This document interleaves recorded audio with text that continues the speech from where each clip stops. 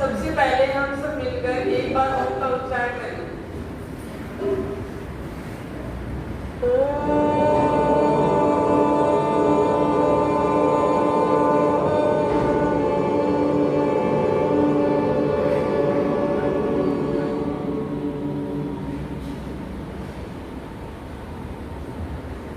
मान व सम्मान के योग्य प्रधान जी, मंत्री जी व बाहर से आए हुए सभी गणमान्य व्यक्ति, मातृशक्ति व देश की भावी पीढ़ी, आज मैं आपको आयुर्वेद के बारे में कुछ बताऊंगी।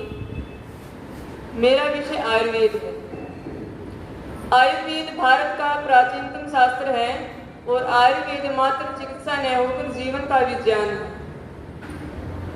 स्वस्थ, समृद्ध व सुखी राष्ट्र बनाने के लिए हमें सबसे पहले अपने नागरिकों का स्वस्थ रहना बड़ा आवश्यक है। अच्छे समाज के लिए स्वस्थ नागरिक का होना परम आवश्यक है। निरोगी व्यक्ति न धर्म कमा सकता है, न सुख की अच्छी प्राप्ति हो सकती है और न ही पैसा अच्छी तरह कमा सकता है। इसलिए सभी व्यक्तियों का स्वस्थ रहना बड़ा आवश्यक है। जिसका तन भी स्वस्थ हो और जिसका मन भी स्वस्थ हो, वही व्यक्ति स्वस्थ होता है। ऐसा नहीं कि हम शरीर से स्वस्थ दिखें, लेकिन अंदर से हमारे मन के अंदर ईर्ष्या, द्वेष, अहंकार, लोभ, अगर ये इस प्रकार के दुर्गुण हमारे अंदर है तो फिर भी हम अपने मन से स्वस्थ नहीं हैं। इन दुर्गुणों के कारण भी हमारे शरीर में बीमारियां आएंगी, ये आप सभी जानते हैं। तो निरोगी जीवन रहना मनुष्य के लिए सबसे अच्छी बात है, लेकिन निरोगी जीवन हम कैसे रखें? आयुर्वेद सनातन है, शाश्वत है। आयुर्वेद मात्र चिकित्सा न होकर जीवन का विज्ञान है और यही आयुर्वेद वेदों का अमर मंत्र है। आज हमें आयुर्वेद के मार्गदर्शन की आवश्यकता क्यों पड़ी? क्योंकि हम जितनी भी हमारी पिछली जीवन शैली हम देखें, 50 साल पीछे जाकर के हम देखें और आज की जीवन शैली जो हम देख रहे हैं उसमें दिन और रात का अंतर आ चुका है। मनुष्य ने पैसे के पीछे इतनी भागदौड़ कर दी कि हमने अपना जीवन जीना ही छोड़ दिया। हमें ये नहीं पता कि हम किस कदर इस जीवन को गवा रहे हैं। मनुष्य जीवन बड़े संचित कर्मों के बाद में मनुष्य जीवन मिलता, नहीं तो पशु पक्षी भी बन सकते थे। पैसे की होड़ ने खान पान में इस हद तक बदलाव कर दिया कि हमें अपनी जिंदगी जीने को मजबूर कर दिए। अपने जीवन से दुखी हो गए, अपने शरीर से ही हम दुखी हैं। हमारे जितने स्वास्थ्य पर खाद्य पदार्थ थे उनको हम भूलते जा रहे हैं और जो बाजार में जितने प्रकार के व्यंजन आ चुके हैं उन व्यंजनों की बाढ़ सी आ गई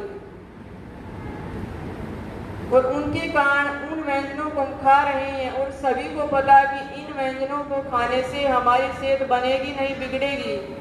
फिर भी हम जमाने के पीछे चलते रहते हैं कि उसने ऐसा खा लिया तो मैं भी ऐसा खा लूं, लेकिन हमें शरीर को संभालना है, ऐसे नहीं चलना। बिगड़ी हुई जीवन शैली के कारण 20 से 25 साल की उम्र में हृदयघात हो रहा है, शुगर है, बच्चे को जन्म लेते टीबी मिलती है, शुगर मिलती है, जोड़ों के दर्द है, त्वचा के रोग है, गर्भाशय के रोग है, दांतों के रोग, कितने प्रकार के रोग हमारे शरीर में भरे पड़े हैं और समय से पहले ही रोग आ चुके हैं। इन सभी का एकमात्र कारण है वो यही है कि हमने अपनी जीवन शैली को बिल्कुल बर्बाद कर दिया है, उसकी तरफ ध्यान न देना।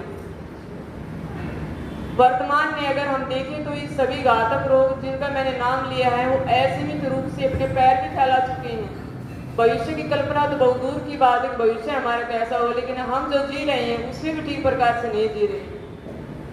हमें अपने शरीर के जीवन की कोई गारंटी नहीं कि हम 100 वर्ष जिए, 80 वर्ष जिए, किसी को कोई गारंटी नहीं कब हार्ट अटैक आ जाए, कब मधुमेह हो जाए। क्यों विश्वास नहीं रहा? क्योंकि हमने अपना खाना पीना छोड़ दिया। पाश्चात्यकरण जो पाश्चात्य पश्चिमी सभ्यता है उसके अनुसार हम अपना जीवन जी रहे हैं, इसलिए हमें हर दिन रोग बढ़ते जा रहे हैं। डॉक्टर्स बढ़े हैं, अस्पताल बढ़े हैं, सुविधाएं बढ़ी हैं, दवाई बढ़ी, लेकिन बीमारियां ही बढ़ी।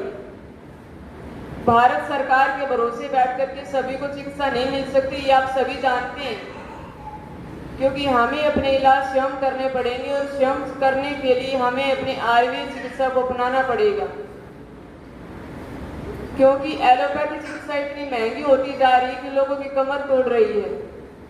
40% लोग, 35 से 40% लोग अपना इलाज करवाने में सक्षम हैं भारत देश में। 60% जो लोग बच गए उनके पास इलाज करवाने के साधन भी नहीं है। वो जो 35 से 40% लोग अपना इलाज करवा रहे हैं वो एलोपैथी चिकित्सा से संतुष्ट भी नहीं है, क्योंकि उनको ये भी पता है कि हमें जो रोग वाई कटेगा नहीं, ये आप सभी जानते हैं। इसलिए हमें अपनी सस्ती, सरल, सुगम, सहज चिकित्सा की तरफ लौटना पड़ेगा और वह चिकित्सा है हमारी आयुर्वेद चिकित्सा। इसके बिना आपका जीवन संभव नहीं है, क्योंकि हम अपने शरीर को दवाइयों के सहारे ज़्यादा लंबे समय तक नहीं चला सकते। ये शरीर हमारा भोजन से बना है, इसलिए हमारे शास्त्रों में लिखा भी है, महर्षि चरक जी ने लिखा, महर्षि वाल्मीकि जी ने लिखा है, आहार ही औषध है, आहार ही औषध है। ये पता नहीं कितनी बार लिखा, लेकिन हम अपने शरीर को कैसे चला रहे हैं एक उदाहरण से समझाते हैं। हमने एक मोटरसाइकिल खरीदी, पेट्रोल तेल से चलती है, 6 महीने में उसकी सर्विस करानी पड़ेगी और उसकी जो समय बता दिया कि 5 साल हो। अगर हम उसी बाइक को पेट्रोल तेल से ना चला करके डीजल से चलाना शुरू कर दें तो जहाँ 6 महीने की सर्विस करानी थी वो 3 महीने में सर्विस करानी पड़ेगी हमें। जहाँ उसकी उम्र 5 साल थी वहाँ 3 साल हो जाएगी। क्यों? क्योंकि हमने उसके लिए विरुद्ध भोजन दिया। पेट्रोल से चलनी थी, डीजल डाला है, इसलिए विरुद्ध हो गया, तो वो उस तेल से लंबे समय तक नहीं चलेगी। ऐसे ही हम अपने शरीर के साथ कर रहे हैं। जिस शरीर को स्वास्थ्यप्रद खाद्य पदार्थ लाभ जो मिलता है भोजन से वो चाहिए था, हम उसका विरुद्ध देने लगे। विरुद्ध भोजन के कारण हमारी उम्र घटी है और समय से पहले हमें रोग आ रहे हैं। उसका ये मुख्य कारण। इसलिए सभी को ये बात सोचनी चाहिए कि हम कर क्या रहे हैं और हो क्या रहा है। हमें खाना बदलने की जरूरत है, भोजन बदलने की जरूरत है। भोजन बदलने से ही सारी बीमारियां जड़ से ठीक हो सकती है, ये मैं गारंटी से कहती हूँ, क्योंकि मैं लोगों का इलाज करती हूँ और मैंने बदलाव किए हैं, उनके इलाज ठीक हुए, बीमारी उनकी ठीक हुई।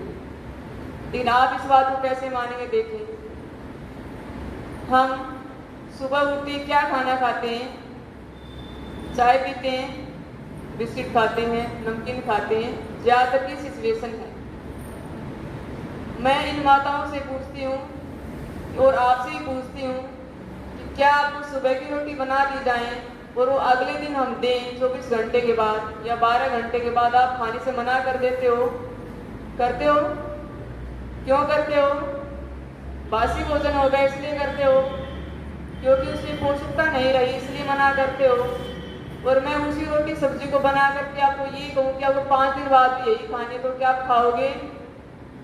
तो जवाब सभी का नाम है, या कोई खा भी लेगा? 5 दिन बाद कहूँ, 10 दिन बाद कहूँ, 1 महीना बाद कहूँ, तो सभी का जवाब नाम ही आएगा। लेकिन माँ आपसे बैठने वाले व्यक्ति से एक बात पूछती हूँ कि आप 5 महीने की पुरानी, 5 महीने, 6 महीने, 1 साल, 2 महीने इतने पुराने बिस्कुट बासी कैसे खा लेते हो? ब्रेड बासी कैसे खा लेते हो? 6-6 महीने की, 1-1 साल की बनी हुई नमकीन कैसे खा लेते हो? जब हमारे घर में कोई मेहमान आता है तो हम उसको दूध और हलवा नहीं देते। क्या लेकर आते हैं? सभी को पता हुआ, कोका कोला, जितने प्रकार के ठंडे पेय पदार्थ वो लेकर आते हैं उसके सम्मान के लिए, साथ में नमकीन भी रख देते हैं। लेकिन जो व्यक्ति 2 दिन का बासी पानी नहीं पी सकता, मैं ये आपसे ये पूछती हूँ, 1 साल पुरानी कोका कोला कैसे पी लेते हैं आप, जिसमें 12 से 15 प्रकार के केमिकल हैं? और आप सभी जानते हैं उसमें क्या है? मात्र पानी, केमिकल और चीनी। उसके सिवाय उसमें कोई न्यूट्रिशन वैल्यू हो तो आप मुझे दिखा देना, साइंटिफिक प्रमाण। इसमें ये साइंटिफिक प्रमाण, जितने प्रकार ठंडे पेय पदार्थ, तो क्या उससे आपको बीमारी आएंगे, लाभ मिलेगा? अवश्य हम अनुमान लगा दें, आएंगी बीमारी। वो सारा दिन युवा पीढ़ी जितनी कॉलेज में जाती है सारा दिन क्या खाती है? यही खाती है। धरती माँ ने बरकत नहीं हमें आलू दिए, आलू की चिप्स नहीं दिए कि 6 महीने बाद पुराने खाना। धरती माँ ने प्याज दिए, हमें प्याज की चिप्स नहीं दिए। ये सोचने की बात है कितना बासी और सड़ा हुआ भोजन हम खा रहे हैं। एक तो दुकान में पैसे डालकर आ रहे हैं हम, फिर ये धीमा जर अपने बच्चों को खिला रहे हैं। माताएं दूध में बिस्कुट घोल घोल के बच्चों को खिला रही, सत्यानाश कर रही है बच्चों का। और फिर ये कहती हैं कि मेरे बच्चे की बीमारी आ गई, पेट में दर्द हो, आंतों में जमे हुए, उसको कौन निकालेगा? डॉक्टर ही निकालेगा दवाइयों के साथ। तो हमें ये सोचने की खिला क्या रहे हैं बच्चे को। गर्भावस्था, जैसे ही बच्चे का जन्म हुआ पीलिया हो जाता है, अनेक प्रकार बीमारियां हो जाती है, उसका कारण कि गर्भावस्था में ध्यान न देना। जैसे ही बच्चे का जन्म हुआ 1000 बीमारी से साथ आ गई, क्योंकि माता ने भी चिप्स खाए हैं, तो बच्चा कैसा होगा? उसका शरीर का संतुलन बिगड़ चुका हो, बीमारी है तो दवाई सारे रोकना पड़ेगा। तो इसलिए ये बासी भोजन, सड़ा हुआ भोजन जितने प्रकार के हैं ये मैंने बताया, ये ना खाएं। आप भी एक बार सोचकर देखना कि ये बात ठीक है या गलत है। जैसे हम ज्वार, बाजरा, मक्का, गेहूं जितने प्रकार के अनाज हैं, धरती में अगर छोड़ दिया जाए तो उग जाते हैं, उग जाएंगे, स्वाभाविक प्रकृति उगेंगे। वो जिंदा भोजन है, वो में जिंदा रखा है, इसलिए वो भोजन खाएं। और टॉफी, चॉकलेट, नूडल्स, चाउमीन कितनी जमीन में रखना, क्या उग जाएगी? नहीं उगेगी। क्यों? निर्जीव भोजन है। जिस भोजन में जीव ही नहीं, वो आपको सजीव कैसे कर देगा? वो डॉक्टर बीमार होते हैं, ये कहेंगे ब्रेड खाओ, बिस्किट खाएं। ये हमारे आज के डॉक्टर्स हैं। अगर डॉक्टर अच्छा हो और एक टीचर अच्छा हो तो देश को बदल सकता है, ये मेरी भी गारंटी, क्योंकि मैंने बहुत जगह ऐसे व्याख्यान दिए हैं। सुधर सकते हैं लोग, लेकिन डॉक्टर के लिए बहुत कुछ मेहनत करनी पड़ेगी। मैं डॉक्टर मेहनत नहीं कर रही, सच्चाई नहीं बता रही कि आपके रोग यहाँ से हो रहे हैं, क्यों नहीं बता रहे, ये आप कारण सभी जानते हैं। इसलिए अगर हमें अपने शरीर को जिंदा रखना है तो सजीव चीजें खाएं। सुबह उठकर अंकुरित अनाज खाया करो, गेहूं और मूंग अंकुरित करके खाया करो, ये अनाज में जिंदा रखते हैं। ड्राई फ्रूट्स खिलाया करो बच्चों को, इतने प्रकार के सलाद, फल, फ्रूट, सब्जी कितने प्रकार की, वो खिलाया करो सुबह सुबह। वो नहीं खिलाते, चाय बिस्किट दे देते, नमकीन दे देते, तो आप भी जो खाते हैं तो गलत कर रहे हैं, इसलिए आपके शरीर बीमारी आएंगी।